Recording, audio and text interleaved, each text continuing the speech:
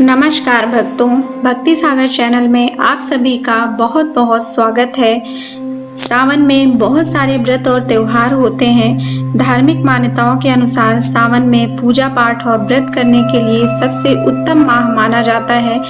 इस महीने भगवान शिव और माता पार्वती की आराधना की जाती है। कहते हैं कि सावन माह में पड़ने वाले व्रत त्योहारों का विशेष महत्व होता है। ऐसे में हरियाली तीज का भी विशेष महत्व होता है। मान्यता है कि इस दिन भगवान शंकर और माता पार्वती का पुनर्मिलन हुआ था। तो चलिए हरियाली तीज व्रत कथा को प्रारंभ करते हैं।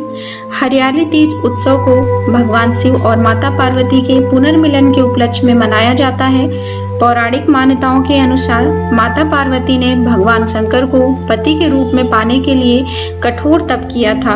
इस कड़ी तपस्या से माता पार्वती ने भगवान शिव को पति के रूप में प्राप्त किया।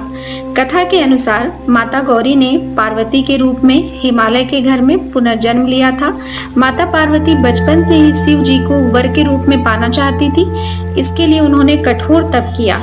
एक दिन नारद जी पहुंचे और हिमालय से कहा कि पार्वती के तप से प्रसन्न होकर भगवान विष्णु उनसे विवाह करना चाहते हैं। ये सुनकर हिमालय बहुत प्रसन्न हो गए। दूसरी ओर नारद मुनि विष्णु जी के पास पहुंच गए और कहा, हिमालय ने अपनी पुत्री पार्वती का विवाह आपसे कराने का निश्चय किया है। इस पर विष्णु जी ने भी सहमति दे दी। नारद इसके बाद माता पार्वती के पास पहुंच गए और बताया कि पिता हिमालय ने उनका विवाह विष्णु जी से तय कर दिया है। यह सुनकर पार्वती जी बहुत निराश हो गईं और पिता से नजरें बचाकर सखियों के साथ एक सुनसान जगह पर चली गईं। सुनसान जंगल में पहुंचकर मां पार्वती ने एक बार फिर से तपस्या आरंभ कर दी।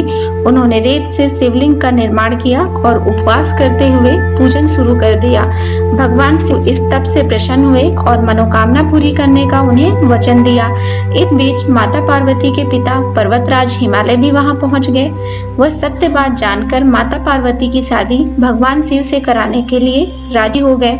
शिव इस कथा में बताते हैं कि बाद में विधि विधान के साथ उनका पार्वती जी के साथ में विवाह हो गया। भगवान शंकर कहते हैं, हे पार्वती, तुमने जो कठोर व्रत किया था उसी के फलस्वरूप हमारा विवाह हो सका है। इस व्रत को निष्ठा से करने वाली स्त्री को मैं मन वांछित फल देता हूँ।